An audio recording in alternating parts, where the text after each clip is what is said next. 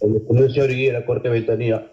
Como todo sistema de gestión, ya que los planes han sido cada 3 años, ¿quién es el ente encargado de ver si el sistema está operando? Porque todo sistema de gestión cuenta con una mejora continua. ¿Cierto? Pero dónde obra ese diagnóstico? Si estamos avanzando o estamos estancados, Muy bien, muy bien. o falta incumplimiento de normativa, o falta implementar algunos procedimientos. ¿Dónde se puede ver eso? Muy, muy buena pregunta, porque en algún momento les hice mención que en su POI ustedes han considerado la supervisión y se han adelantado, porque el sistema no tiene una referencia específica de quién es el ente que va a verificar que se esté cumpliendo estos planes. Entonces, quien ha asumido ese espacio es la Contraloría y también la Fiscalía de Prevención del Delito. De cierta manera, a veces también lo ha hecho la Defensoría.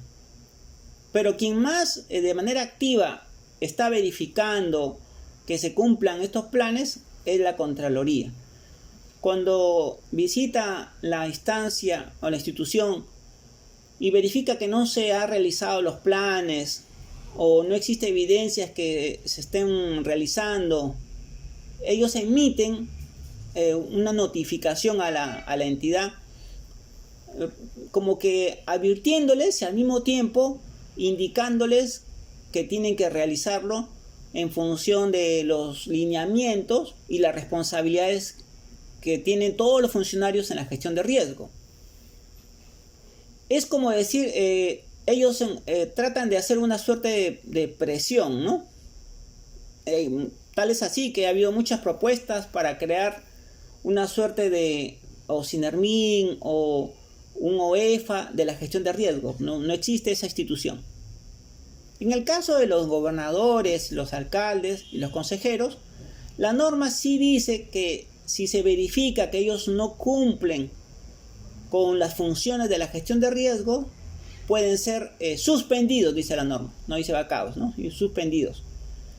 Pero tendría que establecer alguien o los consejeros, pues no, general, decir, tal gobernador no está cumpliendo o tal alcalde no está cumpliendo.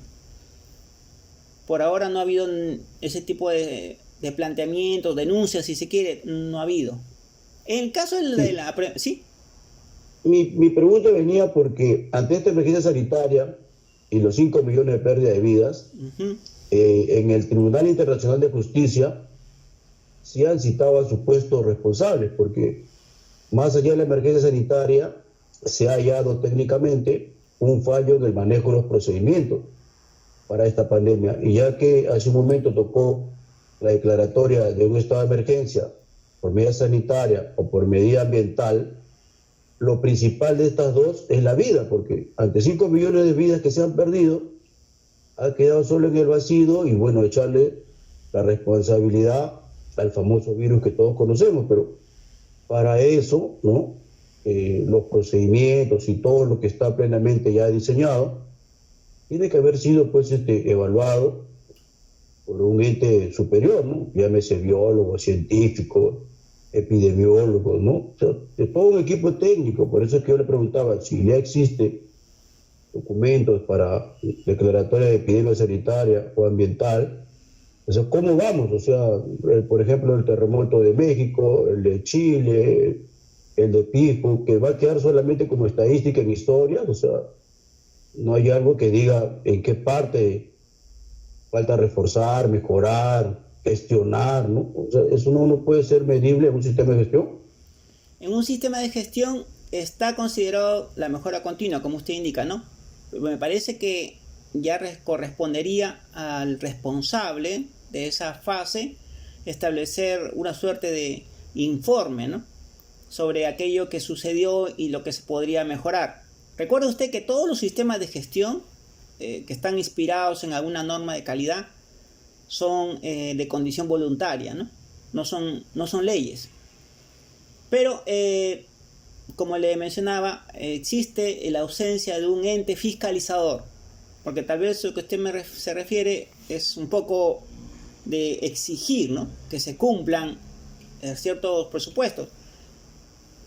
pero no existe un ente fiscalizador de la gestión de riesgo. Tal es el caso, ¿sí? Tal es el caso que más bien existe la propuesta de crear la superintendencia de la gestión de riesgo. Otros le han planteado la organización de supervisión y evaluación de la gestión de riesgo y así, ¿no? En el caso del Ministerio Público a través de la Fiscalía de Prevención del Delito, también he visto que ha planteado una exigencia a las autoridades con respecto a estos planes.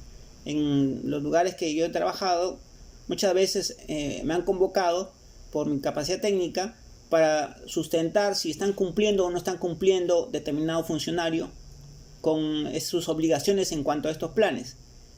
He visto cierta dinámica en la Fiscalía de Prevención del Delito. También en la Contraloría. Y un informe hubo hace poco sobre la Defensoría. Pero terminan allí, ¿no? En ese sentido sí tenemos que tratar de generar. Pero eso no es lo mismo en ustedes. Porque en ustedes, en su POI, sí dice específicamente, como parte de las obligaciones del POI, la supervisión a los distritos judiciales. Y en ese sentido, ya en el Poder Judicial, sí se ha creado una instancia institucional que va a verificar este cumplimiento. En ese sentido, por eso les menciono que es un avance, que no funciona así, no es lo mismo en el Poder Ejecutivo. Con respecto a eso del POI, yo tuve la oportunidad de estar en Guaura y se declaraban las actividades con respecto a la gestión de riesgo de desastre. Pero falta un poco difundir, ya que el voluntariado de emergencia y rehabilitación, con el sustento legal que ha sido creado, las personas que ya han terminado el curso del VER, en determinada emergencia dice la norma que deberían brindar el apoyo porque para eso han sido formados, han sido constituidos, y no se difunde mucho eso, por eso es que la gente no participa en ser parte de ese voluntariado de emergencia y rehabilitación. Sí, ahí tenemos que hacer una diferencia, puesto que la obligación es del brigadista. Si se espera que el VER, el voluntariado, también participe, pero su mismo nombre lo indica, ¿no? O sea, es un voluntario. En el caso del brigadista, la condición del brigadista es aquel servidor o funcionario de alguna institución que ha sido capacitado en gestión de riesgo para realizar acciones tanto preventivas como reactivas. Y los fondos que se destinan a su capacitación se entienden que reditúan beneficios porque es un, digamos, trabajador de la institución. No es lo mismo en el caso del voluntario comunitario, porque la norma, por ejemplo, establece que no se debe capacitar en el sentido de destinar uso de recursos para el voluntario, sino por otros medios, a través de convenios con ONGs, ¿no? De ahí que el voluntario, el VER, tal vez no tenga un estímulo muchas veces, ¿no? Salvo su propia seguridad. Distinto es con el brigadista, ¿no? Que sí, el brigadista está preparado emocionalmente, técnicamente, para desarrollar y desempeñar funciones en el caso de una emergencia. Como que así lo dice sus funciones, ¿no? Y es exigible. Gracias, ingeniero, muy agradecido. Muy bien. Entonces corresponde ahora hablar sobre el plan de operaciones de emergencia. El plan de operaciones de emergencia, ya ahora sí nos olvidamos un ratito de la parte preventiva y nos vamos a abocar a afrontar una emergencia. De hecho, uno de los informes que se le ha pedido es que trabajar en equipo, ¿no? Para, bajo un diseño de un escenario, de una emergencia, más o menos que nos describan cómo responderían frente a una emergencia. Y justamente el plan de operaciones de emergencia busca eso, busca detallar las acciones destinadas a responder de manera efectiva ante situaciones de peligro inminente y emergencias o desastres. Siempre se utiliza estos tres términos, ¿no? Peligro inminente, o sea, algo que aún no sucede, pero es casi seguro que va a suceder. Se utiliza la banderita roja. Este es el símbolo, digamos, de una alerta. Y algo que ya sucedió. ¿Recuerdan ustedes que emergencias? Son las emergencias en sus 5 niveles, pero cuando ya no puede manejarse según su competencia de gobierno distrital, prácticamente yo diría que de momento que el distrito no puede hacerse cargo, ya es un desastre. En adelante ya es un desastre. Académicamente se habla mucho de desastres, pero normativamente hablamos de emergencias. Cuando estén trabajando en el COE, van a trabajar con el concepto de emergencias, no desastres. Todo es emergencias en el COE. Ahora, el plan de operaciones de emergencia sirve para todo tipo de peligro. Entonces, antes que suceda o luego inmediatamente que suceda, este plan tiene que ayudarnos a afrontar estas circunstancias, o por lo menos unos días o semanas previos a ese evento. Ahora, este plan de emergencias, ¿quién lo elabora? ¿Tienen ustedes idea quién elabora este plan? Aquí no hay un especialista. Lo que se busca es que los que están trabajando ya en gestión de riesgos han desarrollado cierta experiencia, y a veces cuando no tienen experiencia buscan el apoyo, digamos que de la unidad de bomberos y la unidad desconcentrada de INDECI. También ellos les pueden asesorar, y también a veces las unidades de brigadistas de salud, que también están bastante preparados. Entonces, establecer esas acciones solamente las puede saber a quien que ya tiene cierta experiencia o por lo menos ha sido preparado para ello, aunque sea teóricamente. Pero mucho mejor, claramente, será aquel que ha enfrentado una emergencia, que sabe qué es lo que se necesita planificar y qué vamos a hacer frente a ella. No solamente frente al desastre ya, sino incluso unos días o semanas previos al desastre, cuando ya se tiene la casi absoluta certeza que va a suceder. Aquí la clave es el momento previo. El momento previo, ustedes recordarán, hay un instrumento que nos orienta, ¿no?, sobre aquel riesgo cuando se trata de un peligro inminente. Pero ¿cómo sabemos cómo está acercándose ese peligro? Miren, las entidades técnico-científicas, CENAMI, INGEMET, IGP, ellos están monitoreando todo el país constantemente y emiten a través de sus páginas web una serie de boletines en los cuales nos advierten la situación, básicamente utilizando 4 colores, ¿no? El blanco, el amarillo, el naranja y el rojo. Y ellos dicen, nosotros cumplimos con emitir las alertas. Corresponde al usuario, o sea, a la institución, ¿no?, que esa información la traduzcan y sepan cómo actuar frente a esa información. O sea, INDECI, por ejemplo, no emite alertas. CENAMI sí. CENAMI dice, el nivel de lluvia va a incrementarse y cada cierto tiempo nos advierte cómo se va presentando en determinado territorio. O el caudal está aumentando, y cuando ya la situación toma ribetes dramáticos, emiten información cada cierto tiempo, cada 6 horas, cada 24 horas, y ellos llaman a esta información alertas. Entonces nosotros tenemos que estar mirando esas alertas para tomar acciones. Cuando ya la situación es inminente y se requiere movilizar a la población expuesta, ya no se llama alerta, sino se llama alarma, que prácticamente alarma es sinónimo de movilización o evacuación. Estos manejos de cómo estar al tanto de las alertas para generar otras alertas en la población o en nuestra jurisdicción, o alarma según el caso, eso es parte del momento previo.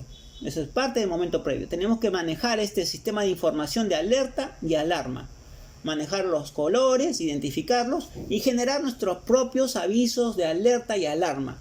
Y por eso es que en el plan de emergencia describimos, será alerta frente a tal o cual situación, y utilizaremos los colores para amarillo para avisar que estamos atentos y que el usuario tiene que estar atento, naranja para tomar las precauciones de no acercarse o no exponerse, o rojo para evacuar. Eso ya lo define el equipo que diseña el plan. También, como ya hemos explicado, el nivel de emergencia, como ya hemos tocado este tema, ese nivel será en función de la capacidad operativa, capacidad técnica, capacidad financiera de los distritos. Esto es en el caso del Ejecutivo.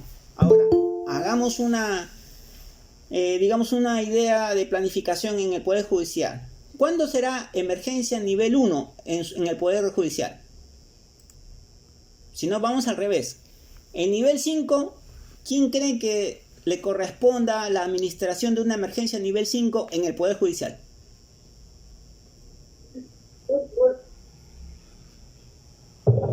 La Corte Superior, la Corte Suprema. Muy bien. Entonces, el equipo administrativo... La Corte Suprema. Perfecto. La Corte Superior. Perfecto. Suprema, ¿no? GRD liderado por la presidenta de la Corte Suprema. Perfecto. Así es. A ellos les corresponde, al grupo de trabajo de la gestión de riesgo y a aquellos equipos que ellos hayan conformado, ¿no? Equipo técnico y otros. Y el nivel 4, ¿a quién le corresponderá? Igual al equipo GRD liderado por el presidente de la Corte Superior o las Cortes Superiores, donde se está produciendo la emergencia.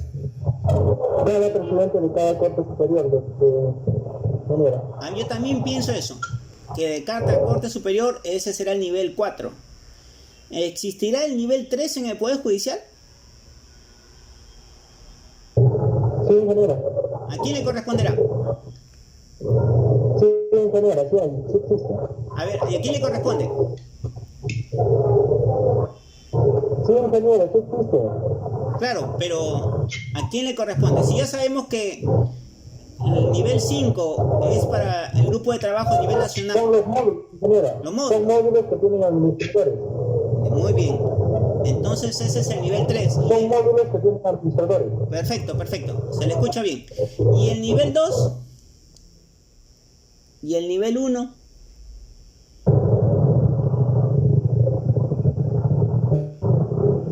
A los juzgados de paz letrado, ingeniera. Eso podría ser a nivel 2 tal vez, ¿no?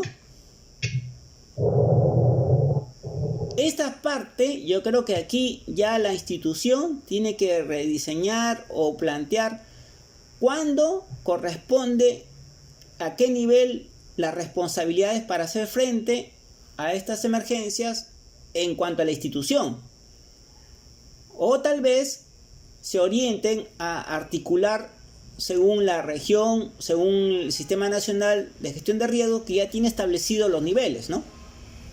Probablemente a nivel distrital solo articule con el distrito, pero a partir del nivel 2 o del nivel 3 ya la institución despliegue sus capacidades. Podría ser, ¿no? O sea, eso yo creo que tendrían que diseñar y evaluar bien.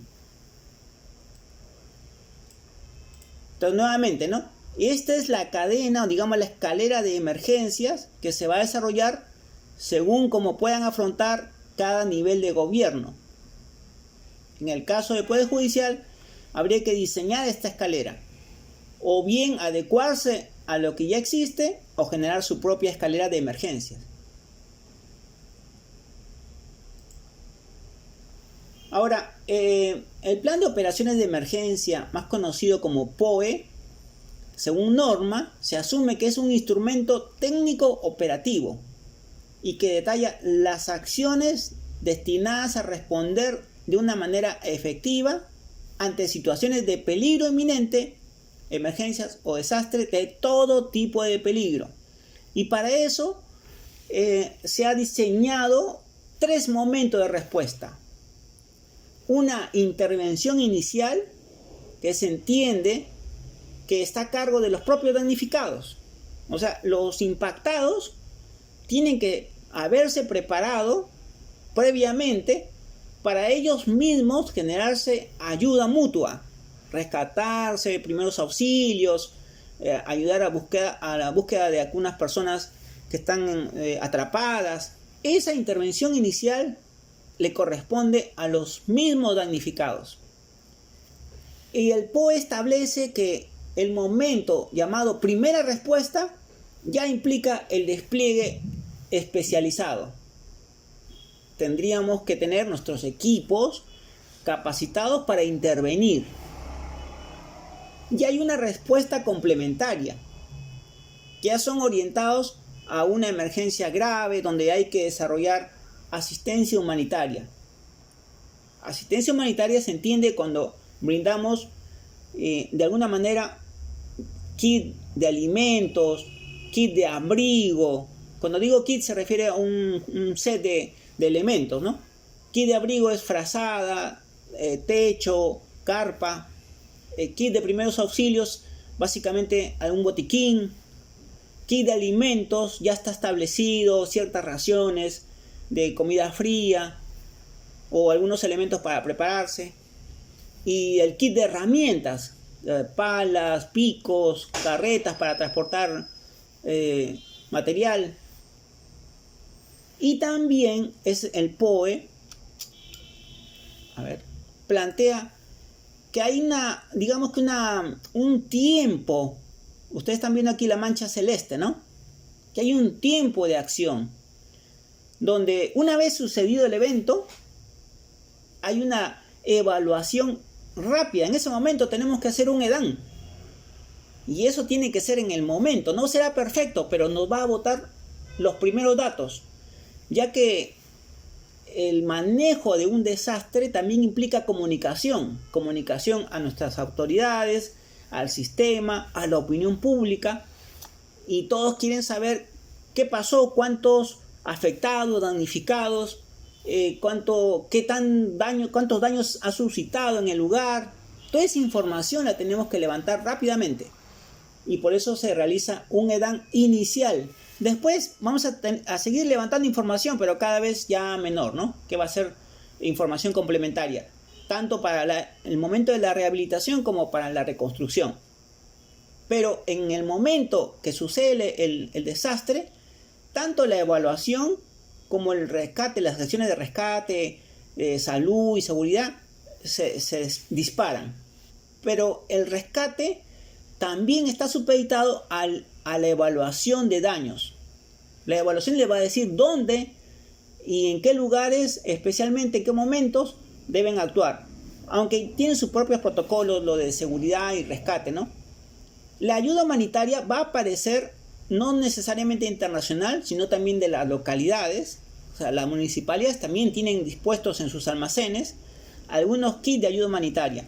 Pero estos van a ser, pues, en un momento, un pico, digamos, ¿no? Y eso después va a ir descendiendo. Un momento, digamos que ya después de suscitado las desgracias, un poco ya calmados los tiempos, empezamos con la rehabilitación. Pero lo primero que vamos a preocuparnos es de rehabilitar, digamos que aquellos aspectos críticos. Y después de esa rehabilitación las acciones me refiero, ¿no? Las acciones de rehabilitación irán disminuyendo. Y ya más bien comenzarán los procesos de la reconstrucción. Previo al momento de la emergencia, tenemos nosotros también, bajo nuestro POE, que considerar los momentos previos, es decir, el pronóstico de la alerta y la alarma. Esas son las características, digamos, de nuestro POE. También vamos a encontrar en un plan de operaciones de emergencia, y ya está estandarizado, cuáles son los subprocesos de la respuesta. Y se ha establecido que estos son, digamos, 8, mínimo, ¿no? Que es la conducción y coordinación de la atención. Hay un grupo que tiene que liderar la conducción y coordinación. Generalmente es el grupo de trabajo para la gestión del riesgo, ¿no? Que es como, digamos, un comando. Tiene que tener un grupo que esté levantando la información y brindando información al grupo de trabajo. Es decir, un análisis operacional. Otro grupo tendrá que ir al campo de operaciones, al momento, al lugar donde sucedieron los impactos y empezar la búsqueda y salvamento. Y otro, paralelamente, estará brindando los primeros auxilios, los aspectos relacionados con salud. Otro grupo tendrá que hacerse responsable de todo el proceso de comunicaciones, Cuando hablamos de proceso de comunicaciones, están los protocolos de información, lo que se tiene que informar, cómo se va a informar, qué se va a utilizar, digamos, sus teléfonos satelitales o teléfonos celulares o alguna mensajería, ciertos códigos si es que utiliza UHF. Y habrá un grupo que tiene que ver con la logística en la respuesta, es decir, todos los recursos que se necesitan y que se han dispuesto mediante este plan, se han dispuesto para cuando ocurra el evento, y ellos tienen que movilizar estos recursos de la respuesta. Si hay que manejar, digamos, que combustible, vehículos, insumos, materiales, todo eso es la logística de la respuesta. Otro grupo estará relacionado con la asistencia humanitaria. Recordemos que la asistencia humanitaria no solo es internacional, también es a nivel distrital, provincial y regional, ya que estas entidades tienen almacenes con ciertos elementos preparados para estos momentos. La pregunta sería si nosotros o ustedes en el Poder Judicial disponen de estos almacenes. Y otro grupo va a tener que ver con la movilización. ¿A qué se refiere con la movilización? El despliegue de las brigadas y de los diferentes, porque aquí se requiere bastantes personas, ¿no es cierto? Entonces, ¿quién le va a decir a tal o cual servidor público o funcionario que se adhiera a estos equipos y comience a desarrollar? En el plan ya se ha especificado quiénes son. Se va a determinar sus actividades normales, digamos cotidianas, y cuando suceda este evento asumirá, además de sus actividades cotidianas o sus funciones, alguna de estas actividades. Va a tener que realizar doble función, pero eso ya se asume en el momento que se hace el plan, no en el momento que sucede el evento, sino en el plan ya se definió. Por ejemplo, no sé, el señor López, que está en seguridad, va a ser también parte del equipo de búsqueda y salvamento, porque está preparado como brigadista, o tal vez en salud. El señor Rodríguez, que trabaja en la unidad de planificación, va a desarrollar actividades de logística, porque está relacionado con su actividad de cierta manera, o ha llevado cierta capacitación. Es decir, en el plan ya dice los nombres de a dónde nos van a conducir, a qué función, a qué grupo funcional nos van a conducir para la emergencia. Los colores rojos nos indican que estas tres funciones son transversales. Hay ciertas actividades que sí son transversales, van a estar constantemente todo el tiempo desde que empieza la emergencia hasta que finaliza, que eso es la conducción y coordinación, el análisis operacional y comunicaciones. Los otros van a articular según el momento, ¿no? Oye, claramente búsqueda y salvamento va a ser los primeros momentos.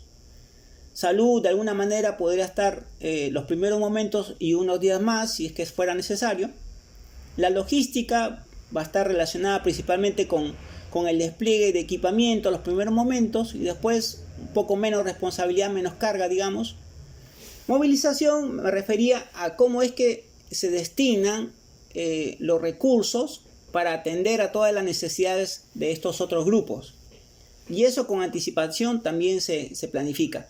No hay que confundirse con la movilización a nivel militar, porque la emergencia a nivel 5 también tiene una movilización, pero eso se hace con decreto. En esa movilización, cuando se emite ese decreto, implica que, por ejemplo, los privados también participan con sus recursos en apoyo a la emergencia. Ese es otro tipo de movilización.